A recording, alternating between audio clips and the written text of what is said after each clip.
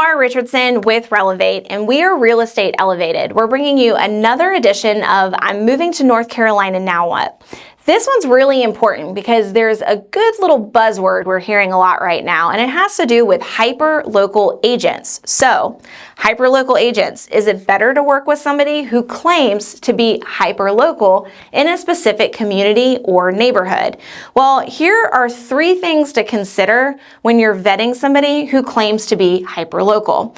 The first one is, are you only looking in one place for your search? So let's say that you're talking to Johnny. Johnny claims that he is a hyperlocal agent in a particular town or a city. Is that the only place he works? Here in the Triangle, we see a lot of crossover with our municipalities. There's actually a couple of sections where you might literally cross from city to city in a matter of minutes driving along one road. So let's say you've got a house on this side of the street and a house on this side of the street, but one happens to be in one city versus the other. Does that mean that Johnny now can no longer help you because he's only focused in that one location? You also have to think about specific neighborhoods. Do they only do business in that particular neighborhood? Maybe the neighborhood next door has the same type of amenities, opportunities, it fits into the same school base map that you're trying to focus your search on, but he doesn't do business there. So will you not see those properties? Will he not be willing to take you to those properties? This is pretty important unless there is only one location that you are focused in. For example, Lake Gaston is in the northern part of our state, and that one's a pretty hyper-local market. It might be better to work with an agent that simply lives up there and focuses on lakefront homes and properties. They might actually have some things available off-market that you wouldn't see otherwise. So just know the rule of thumb is more general. It doesn't mean it works 100% of the time.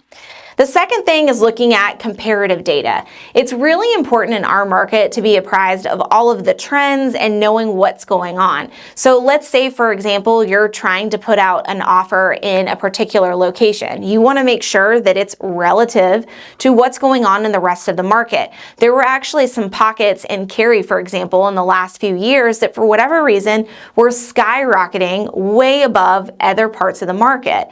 Was it because of the hyperlocal agents? Was it because those particular neighborhoods were just very sought after? It's something that you want to evaluate. Does your agent have the wherewithal to be able to explain how your offer compares to the rest of the market? You want to make sure that if you're spending all of that money, is it worth it to look in this particular area? The third thing is looking at their stats. This is a big one. So a lot of agents will actually say, I only work in give a neighborhood, give a town. Well, that's great. How much business are they actually doing in that location? They could say, I do all my business in, let's say, Clayton. Well, was that 5 deals? Was it 500 deals? There's a big difference in saying you do a lot of business in one particular location versus I just do all my business. If it's your one and only deal for the year, they may not have the experience or the wherewithal to advise you properly. So just 3 things to keep in mind when you're vetting those folks who claim to be hyperlocal agents. Think broad spectrum. Are they going to be able to provide for you and whomever is buying this home with you all of the info needed to make an informed decision?